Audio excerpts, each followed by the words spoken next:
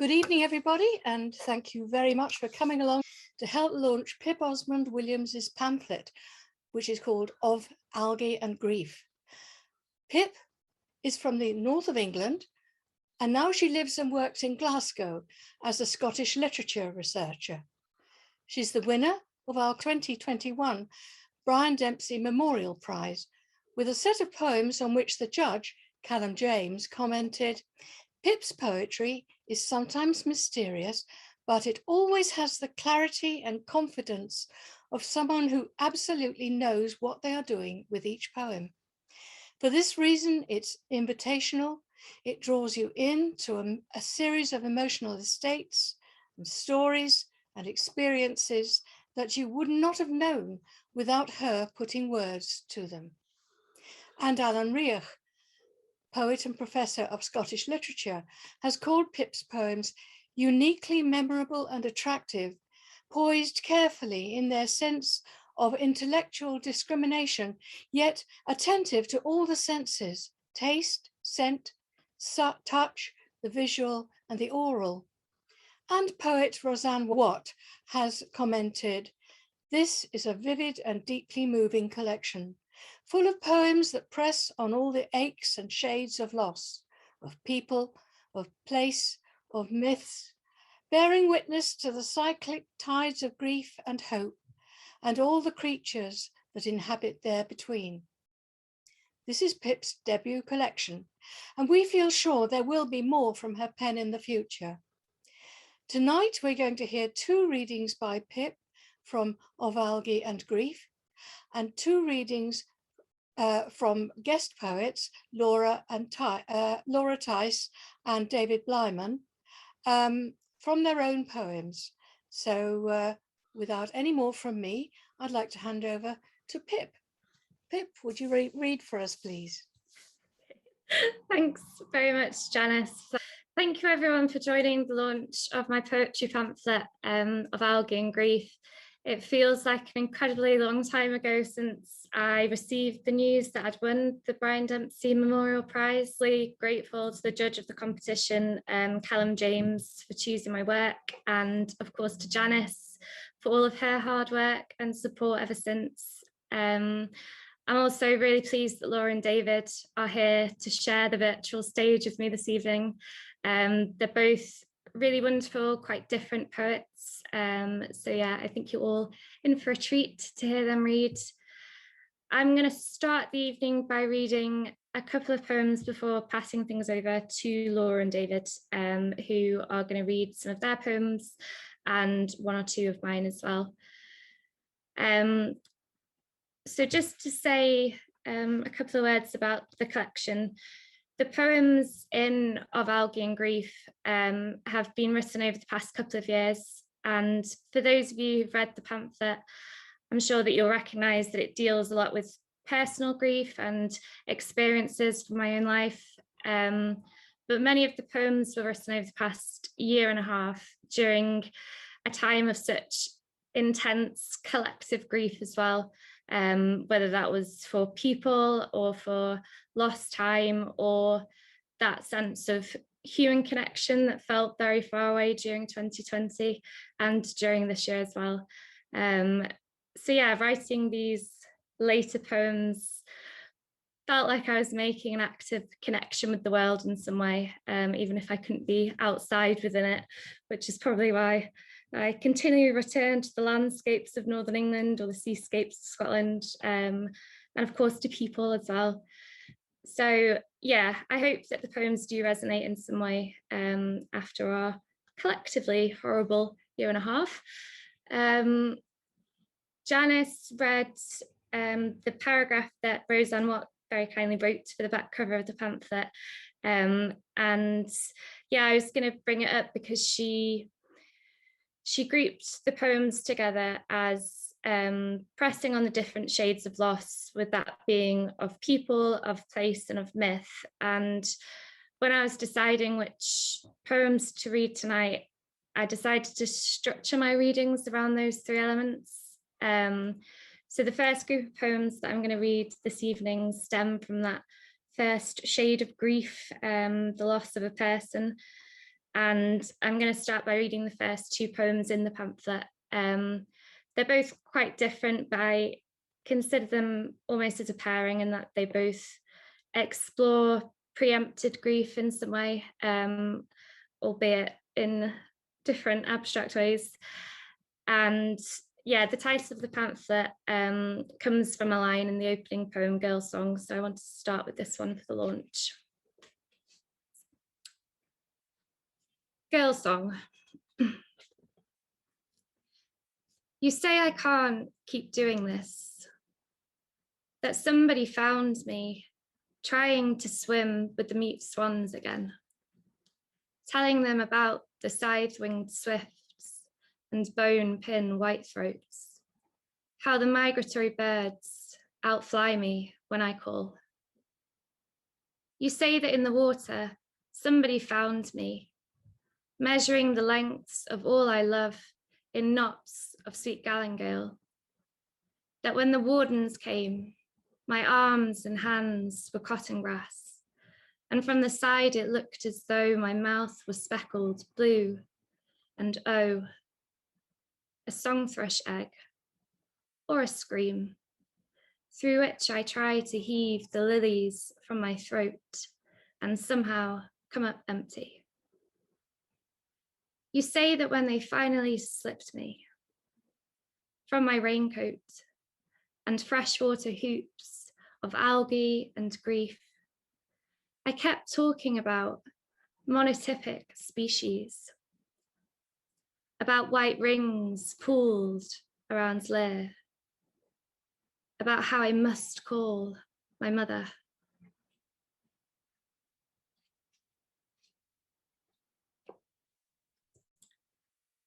Cartography. The MRI reveals a map. He won't say if it's moons or mountains, but there are abnormalities, then absent space. He points to their couloir, hair collapse, sheer cliff walls stretching out from otherwise solid mass, or a small-scale lunar graben. He calls it intrusive volcanism. For months I scrub at the stain beneath the stairs. The tumor, he says, is a massif, or the Serenity Sea, pink evening eclipse in the heart of the skull. It's either alpine carcinoma or stellar metastasis, but we never find out. They cut her open and I go home, roll rock formations around my mouth like stones from a plum. In the ICU, he is charting astrocytes against the Northern Hemisphere. Ursa Major from coast to coast. When we speak again, hushed voices about the limits of human endurance, I am picturing her waving a flag from the equinox, deserving more than what the earth gave up.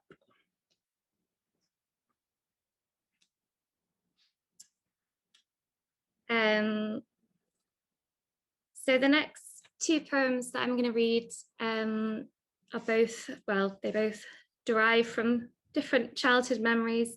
The first one is called The Salter's Way, and the title is the name of a route up in the Peak District, which is the part of the world where I'm from. It actually has lots of witchy folklore around that bit, but that's irrelevant. But yeah, my mum used to take my brother and me up into the hills in early summer to go and listen out for the lapwings and the peewit call that they used to make. So yeah, this is called The Salter's Way. I keep dreaming of Jenkin Chapel in green and brown and gold. Standing by you as you called the lapwing evensong into the twilight like a preacher. You seemed as from the earth as the limestone on which we climbed, With squinted brow you searched for the crest of the vanellus, a flicker of black and white among the honey, the song of the northern bird. Nesh to the bone, for the call of the green plover you withstood the cold. Sometimes, somewhere from the sky behind, I still think of you as where the peach and gold would meet. We would hear them, singing from the sodden dirt, shrieking back to their northwest sisters, pack horses laden with the salt of the Cheshire witches. Peewit, peewit.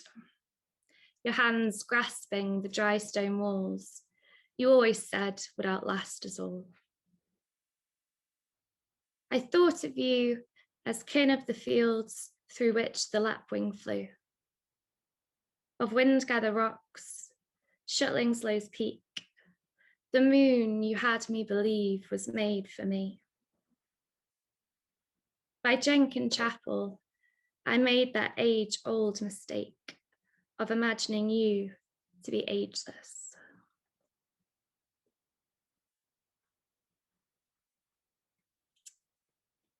And the final poem that I'm going to read before handing things over to Laura is actually the first poem that I ever had published. And yeah, it's about my dad. It's a pretty straightforward poem. I don't think it needs an introductory note, actually. So yeah, this is Heirloom. I started smoking cigarettes on my father's knee, aged 3. The glowing ends curling around our heads and the television set as we watched the races on a Saturday. The light of his eyes, pale as the dome of a midsummer sky, his gold ashtray piled high with the chalk dead ends of lucky strikes. And me, a smudge of a girl, my hair still gold and light, chasing those silver ringlets with my stubby, chubby fingers. He would waft them away, not see my longing for the dragons around my head, and then he would take another drag again.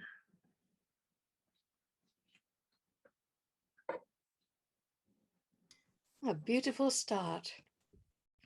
Somebody has commented, there's a lump in my throat, and it's the same for me. Lovely. Now we're going to turn to Laura. Laura Theis. So Laura is, she grew up in Germany. She moved to the UK a decade ago, and she writes poems, stories, and songs in her second language, which of course is English. She has an MSc distinction in creative writing from Keble College, Oxford. Her work has been published in the UK, Ireland, Belgium, Germany, Canada, and the US. She's an A.M. Heath Prize recipient, and of course she also won the Brian Dempsey Memorial Pamphlet Prize and the Hammond House International Literary Award for Poetry and the 2020 Mogford Short Story Prize. She was a runner-up for the Dyslexia Flash Fiction Prize and a finalist in over 20 other international poetry and fiction competitions. Her pamphlet, How to Extricate Yourself, was nominated for an Elgin Award by the SF and Fantasy Poetry Association. So Laura, can we hear from you now, please? Thank you, Janice. And I wanted to say congratulations, Pip. I know it's such an exciting feeling to publish your first book, and it's such a beautiful, wonderful book full of amazing poems, and I'm excited that I can celebrate it with you. And I'm going to start by reading one of Pip's poems that I really loved, and I hope I can do it justice. It's called Harvest. You think you saw a murder in the gloaming, corvids teaching the young the hunger and the dying. So you bring me our last harvest. Let me learn patience watching you unpeel jam jars sticky with fruit, a slow bloom that turns our thighs to bruises, berry wine, tart and cool, slipping neatly down the throat. You take out the final holy glory, a bowl of plums, almost fit to bursting. See how they yield at light pressure? We devour their soft flesh slowly, knowing that when you have licked my wrists blue clean of juice, the stones no longer pitted with our blood, you will leave me, digging dirt beneath paling thrift and sheep sorrel. The last of the summer, you and your black pinions, wing flight making light of flesh and bone again. That's such a beautiful poem. And then I'm going to read a poem from this year's competition anthology, The Horses of a Different Color. It's called Water Bucket.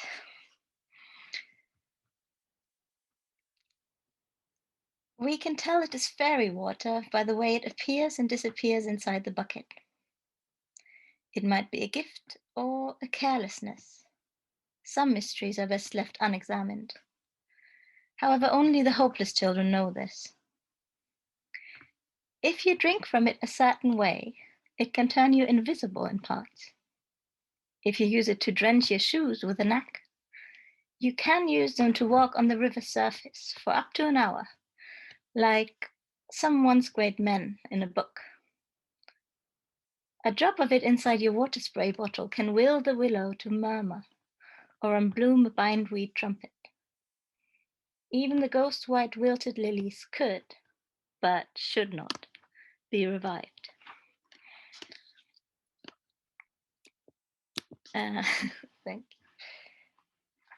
And then I'm going to read some poems from my book that came out exactly a year ago, How to Extricate Yourself. And I'm going to start with the very last one in the collection because I feel like it somehow corresponds to the harvest one, because it's a different kind of harvest. It's called Salt Apples. Unable to sleep amid all the salt and the racket, sleep belongs to the dead. Even the rose-colored apples are carnival-starved. Sadness is a prerequisite for dancing. Like grape-fueled lightning, like winter may wait. Nothing perishes, nothing persists. The ceiling swirled in a red maze. I eat and hold hands over my billowing dress. Couples slouch off together, pale little ones and big ones in heavy colors, a rasping chill of voices that circle and dive. Thank you for smashing it, and thank me too. During my levity, moths and moments die and slink away. No one speaks the unbreakable word, no. While I say nothing, morning lights itself.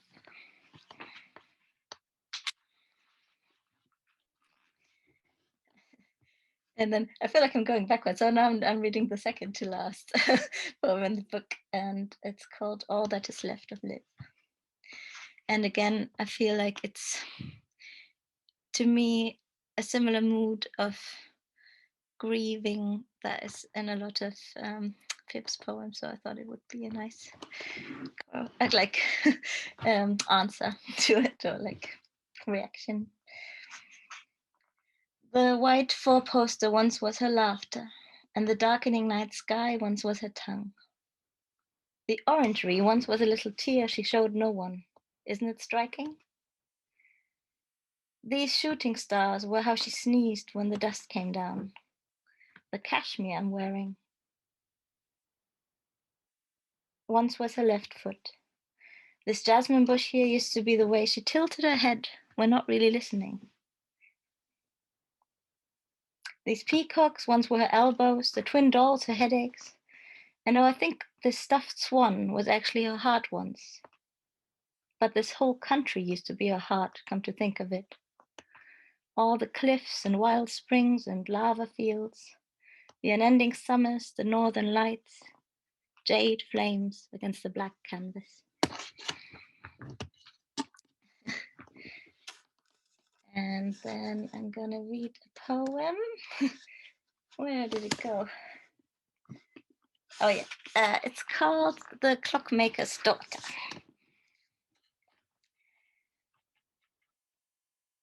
I never knew my mother almost dropped out of clockmaking school when she had to admit to herself that there was something ticking inside her, something she had made.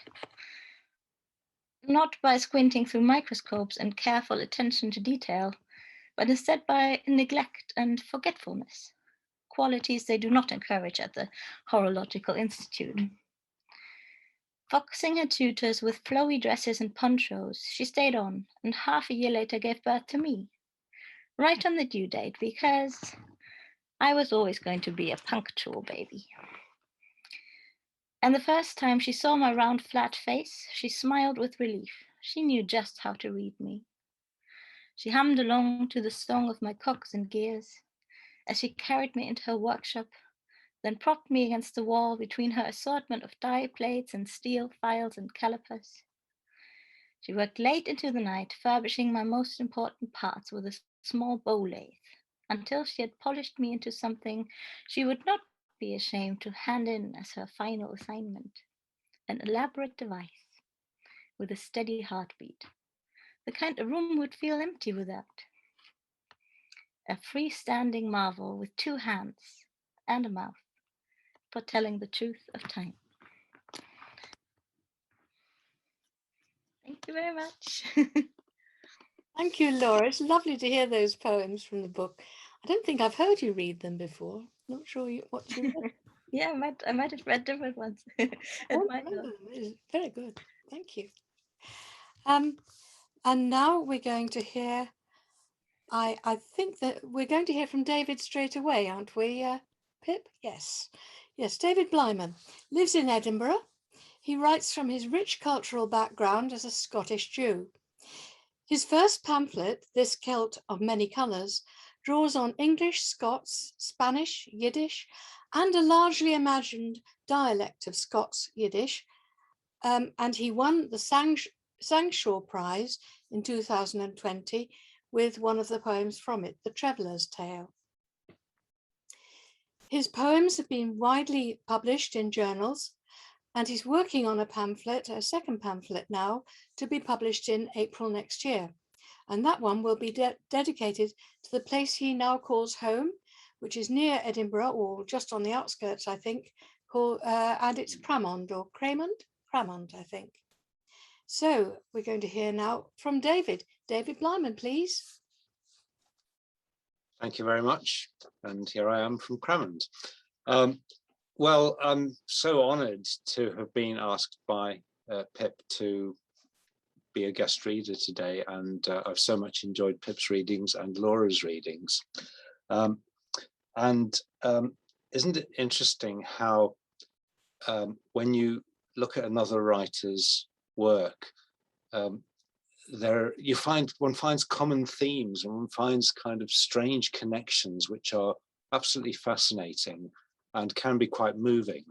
And so I'm going to start by reading a poem of mine which I immediately thought of when I saw the beginning of a poem which Pip has already read, Heirloom. And so I'll just remind you of the way that poem Heirloom starts. I started smoking cigarettes on my father's knee, aged 3, the glowing ends curling around our heads and the television set as we watched the races on a Saturday.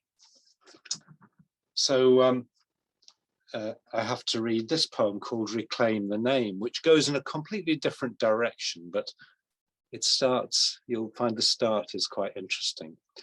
Reclaim the Name.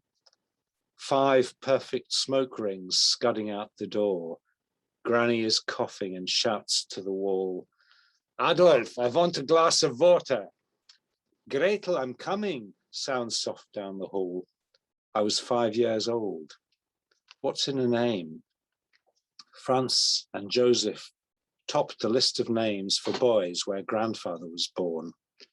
In that empire of the nationalities, he learned to master many tongues: German at high school in Lemberg, Hebrew in his grandpa's shul in the shtetl, Yiddish with the girls in Mama's kitchen, Polish, bringing in the harvest on father's farm and facing pistols in the pogrom's spoil, Russian as the land changed hands, English for banking and exile in Cape Town, patrolling on Boys Drive above the cliffs, scanning the ocean for U-boats. No grandson now can bear your name of shame, but here you are in uniform, stooped and proud, the only Jewish Adolf in the Musenberg Home Guard. So that poem started with my granny trying to teach me how to blow smoke rings when I was 5 years old. Now, the next poem of Pip's that I'd like to read is called Migration. And this time it's interesting how differently we can treat the same kind of topic. Pip's poem is rather mysterious, I think. Mine may be difficult to comprehend, but isn't mysterious. Anyway, Migration. That first summer, we mistook their bodies for shrapnel. The second, their wings for a shiv. We lost faith in flight, forgot to seek hope in the shape of a bird, calling our names from the prayer wall to the west coast, swift and fleeting. We let slip what it's like to come home again, somehow fear it. A test, of course. That year, the earth bound our bodies quietly to its own. We did not feel it, but salt blood became sea foam, murmuring wet lines of swell and retreat. The windows were open. Something returned, brown-bellied in a frenzy and drift. It looked like survival or celestial cue.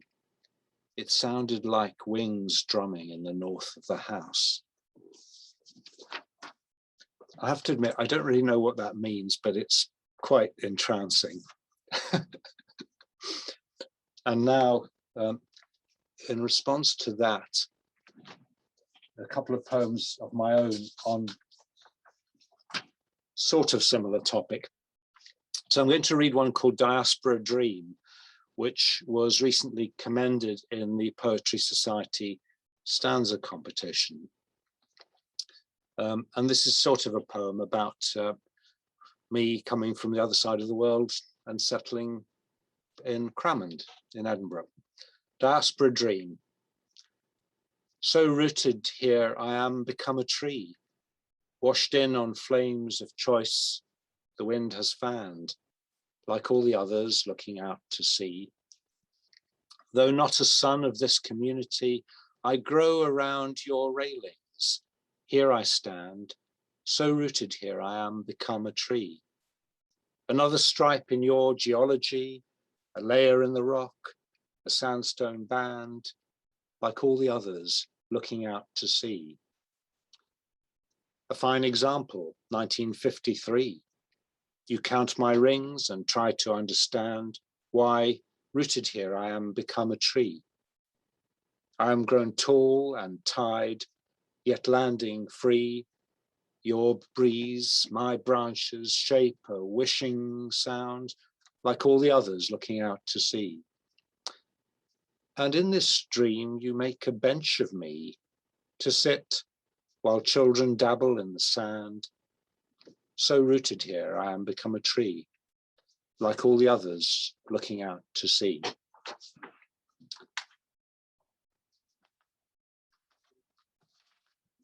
And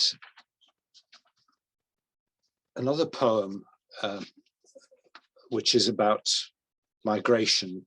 This one is from This Kilt of Many Colours, which I think Janice has mentioned, my Dempsey and Windle first pamphlet.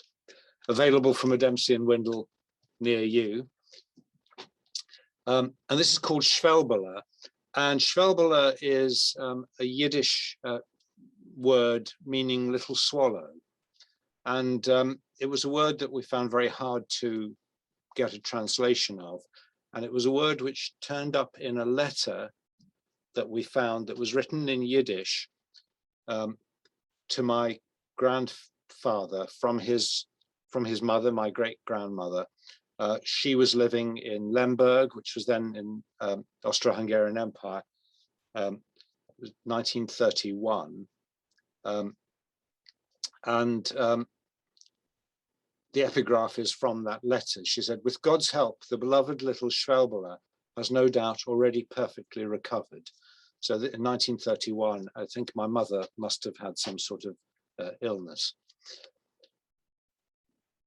"Stare me out, my little swallow, without words, wanting the world.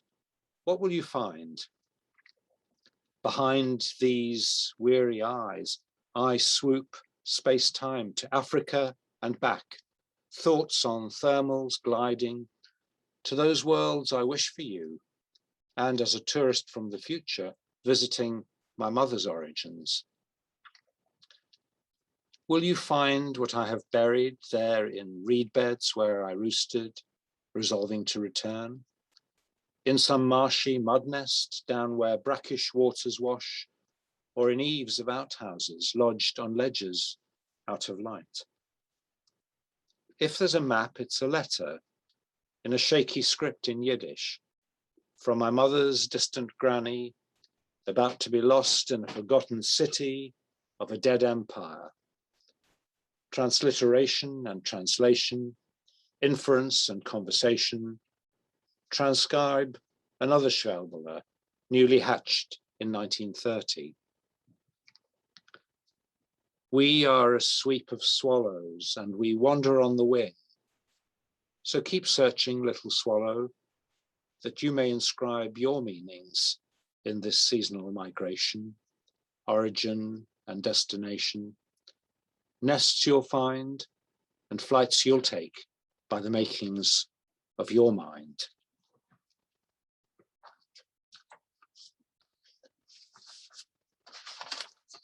And now I will return to Pip's poetry and a wonderful poem called Rock Pooling,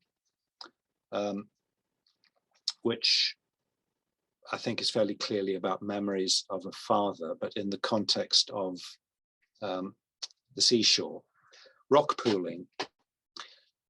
At the shore swell of Kinnigo Bay, in between abandonment and fault line return, his pale face sleeps in the sea bowls, hair now bladder-rack, pulmonary disease, a jellyfish, silver-webbed and floating.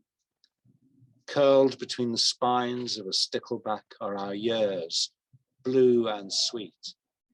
But when I try to scoop what remains of us from small waters, fulmars swoop for me like a mother.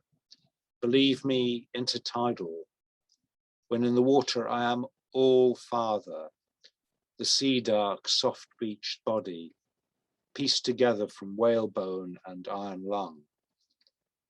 It doesn't sing, spills instead its strange hymns into the salt bloom of the undertow, blood rush between the heart's cathedral chambers.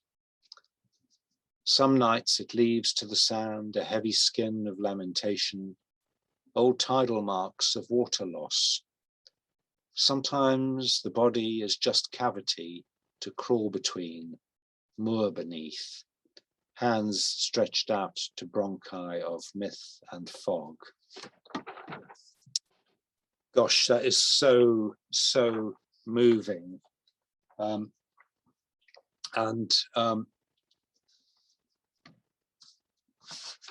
was, going to go straight on to read a poem about my father, but Pip's, was too good for me to go straight onto my own one, and also it was just kind of too sort of seascapey. So instead, I'll come on to the one about my father, but instead I'm going to go into one called Elusive Edges, which is, so here is a fairly new poem, which is going to give you a foretaste of my next pamphlet, which might be called Gathering Light. The name has changed 3 times today in an email exchange with Janice. But so let's say for Gathering Light, the poem Elusive Edges. And it's really about this place, Crammond, amongst other things. At low tide, one can cross the causeway to the island, not an island. Leaving aside leaving aside tides and tables to isolate, lose and forget oneself, to walk on the waters where the line between sand and sea is fudged, when the line between sea and sky is fuddled.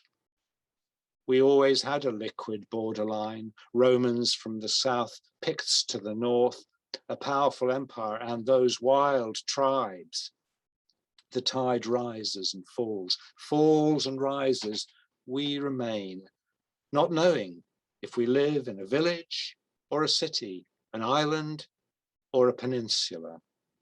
Our kirk, just a pile of Roman stones, remains of the frontier fort. Is God one, 3, or many? Maybe none. These tattooed strangers, are they natives or tourists, Picts or Italians? We don't know. We live beside the river in the dirty mouth of the estuary, in country or city, in village or suburb. Are we in Crammond or Edinburgh? Edinburgh or Scotland? Scotland or Britain? Britain or Europe? We don't know. And I don't know if that's the end of the poem. I may have left out a stanza, but it's enough anyway. Oh dear, I'm underprepared. And now, but onto the you got the flavour of that anyway. Onto the poem about my dad, and this is also set in Crammond, because it turns out that however local you go with your poetry, it can still be, and it sort of cries out to be universal, however local it is. So this is really about the cottages across the road from where I'm living. Faraway cottages revisited. Ferrafar in Gaelic is the ridge of the cultivated ground, but my dad called them faraway cottages. Faraway cottages, he called them, on that last long walk before the embolism, as we took arm in arm down White House Road, where the workers were housed by Ferrafar Mill. It was a glorious day.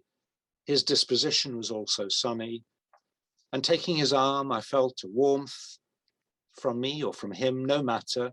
I was at last grown up, enjoying this man who made me, without reserve or reservations. So was it a joke, like when he died on stage later, laughing at his lecture in Nottingham?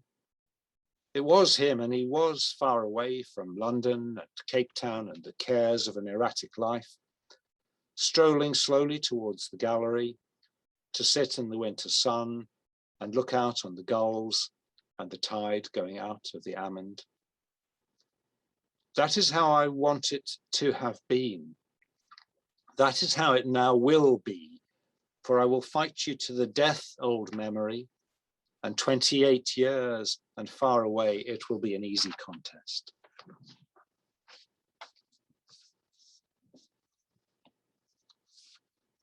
And now I'm on to my very last poem, which maybe will lighten things up a little bit after our memories of lost fathers. This is another one from the forthcoming pamphlet, and this is called Contacts.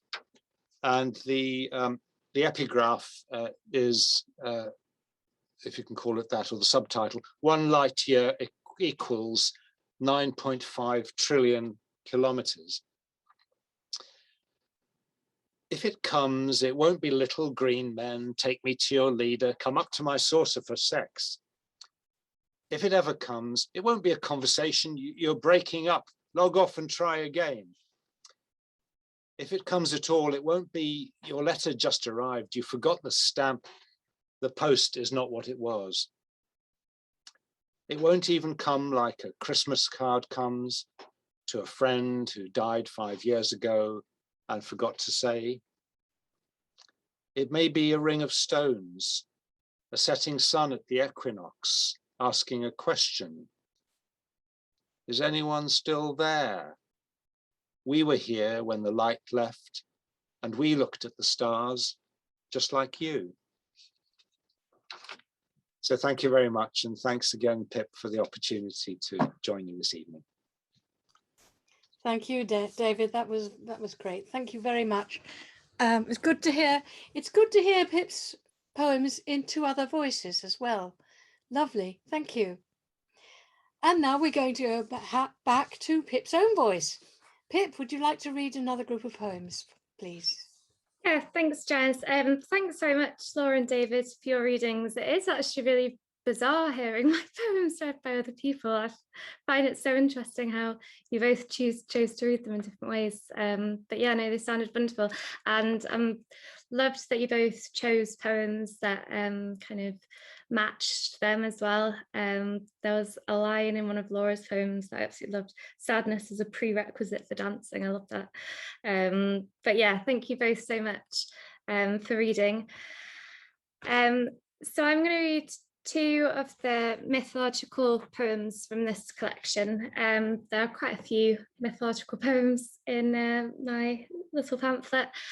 I return to mythology quite a lot in my writing, and what I love about it is its contemporary relevance and, you know, these ancient stories that feel so familiar to us because they're telling us about aspects of our lives and our worlds and ourselves through their exploration of the kind of big themes that run through so many of our stories and our lives. And I think there's also comfort to be taken from the kind of cyclical phases that of humankind that we see in mythology, and in times of crisis or grief, whether that's personal or collective, you know, you're part of that cycle, and it's not always going to be like this, which is something that I take great comfort from. So yeah, the first poem that I'm going to read is called Midas, which is based on the king from Greek mythology who was given the gift of everything he touched turning to gold. And I know a common interpretation of the myth is that it's a story about greed, but there are elements of it that remind me of addiction. And I wanted to write the poem from Midas's daughter's perspective, who features in some versions of the myth, but not all of them, which I think is pertinent in this particular context, how the myth centers on Midas, but doesn't examine how his so-called gift affects those around him. And yeah, I wanted to explore what it means to lose a part of someone and a part of your relationship with them to an addiction. So this is Midas. In his garden, we would count the colours. Pink lemonade, sweetbriar rose, the flesh of a cantaloupe. Every time I fall in love, I see my father's hands dripping butterscotch and boysenberry into the blind, baked and sweetened earth. Before gold, before the finch became the eagle, before the wool became the fleece, before the tremors, begging, sweating, clawing. We practiced father-daughter dances among the wildflowers, shoulder to shoulder, palm to palm, then cheek to cheek. The doctor gives him pills for the pain, salt water for the ache. But Christ, I know the craving, keeps a different clock. Within the doll of him, there's another one, another. And he pulls out their hair with shaking hands. He only knows love as lingering, longing as tangible. Father, Father, let me weave you a dress of thirst and grief. You will know loss, sitting in the citadel, spinning silk from particles, threading webs of gold that only you can touch.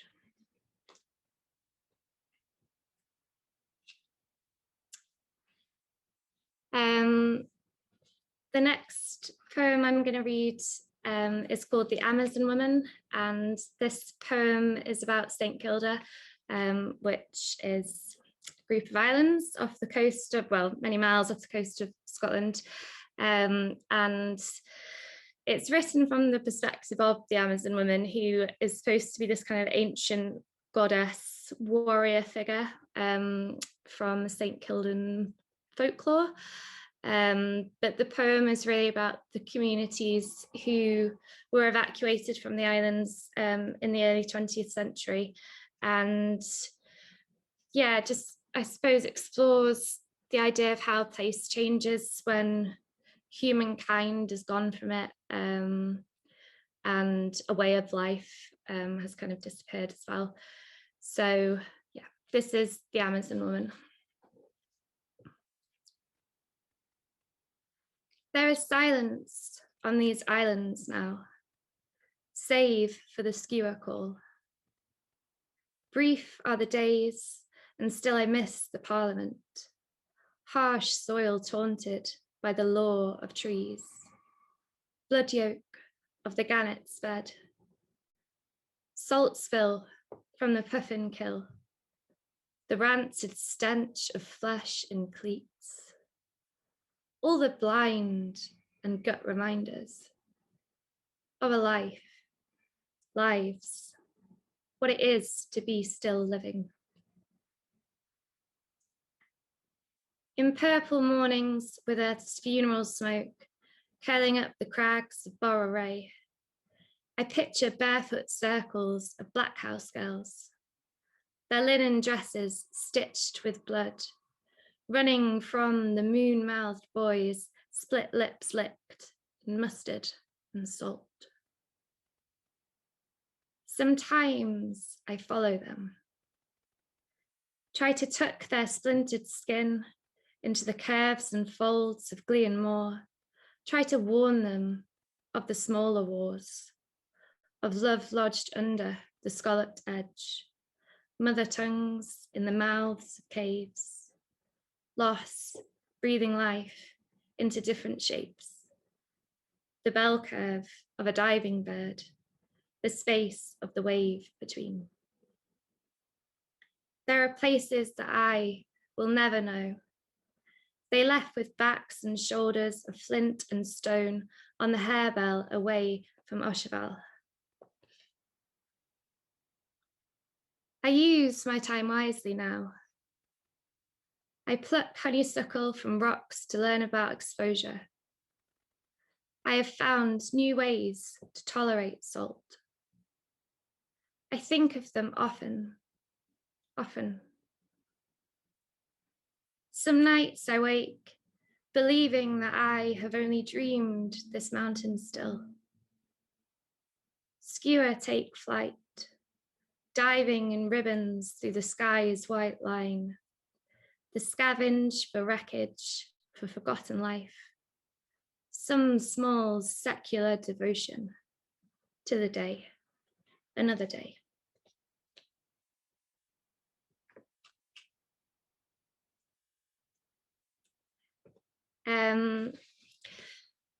So the final three poems I'm going to read tonight are all about place, and the title of the first one, Kinalis, is a Gaelic word that, well, it has no equivalent in English, but it means a deep-seated sense of belonging to the place of your roots. And I wrote this poem really for my partner, who's from the very north of mainland Scotland. And yeah, being from Caithness is a big part of who he is as a person. And I know he misses it very dearly. And I keep him trapped in Glasgow. So sorry about that, Stuart. This one's for you. Keenless. Your breath starts to taste of salt and meadow sweet. Wine bruises the colours of northern marsh orchids, and stroma moves inside you when you speak. My body is divided into straths and crofts and locks. You call me Angelica in your sleep. And I'm left to wonder if skin can develop features of the sea. From a tenement block each night, you swim out to the Pentland Firth. You wake me early, let me unravel kelp from wrists and ligaments. I carry your secret, blue rings kept tightly bound around your heart and feet.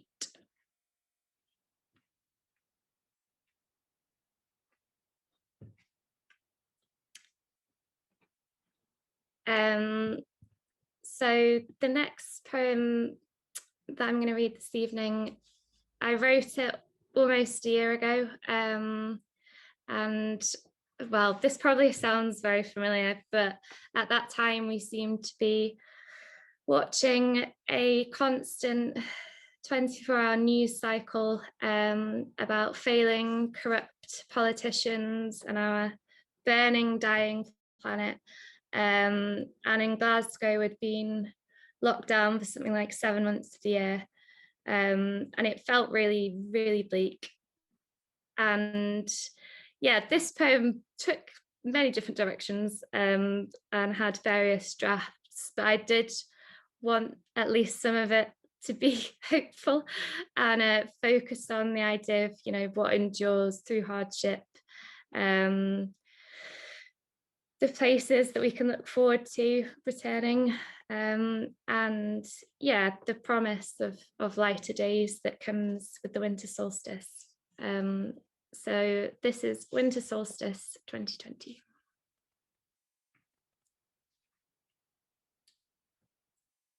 After the smokestacks, after they stood in their wild silence, watching buildings burning through the long, dark half.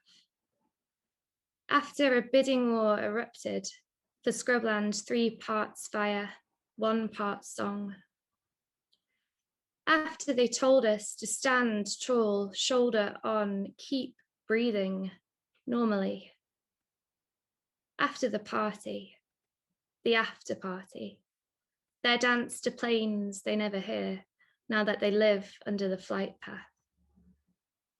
After the last time, after the last time, after time, last time after time, the last. Still, you wake dreaming of marsh samphire creeping through the fronds of your palm. Lemon verbena at the foot of the bed. Some things stay green in the heart.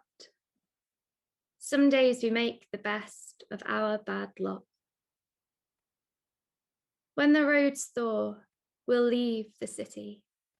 I'll kiss you beneath Kevor again. Lick rock salt from the spindrift, become lugworms soft and split. From a sea-racked dune shell body, tremble the brief and silent promise. Lighter days are coming.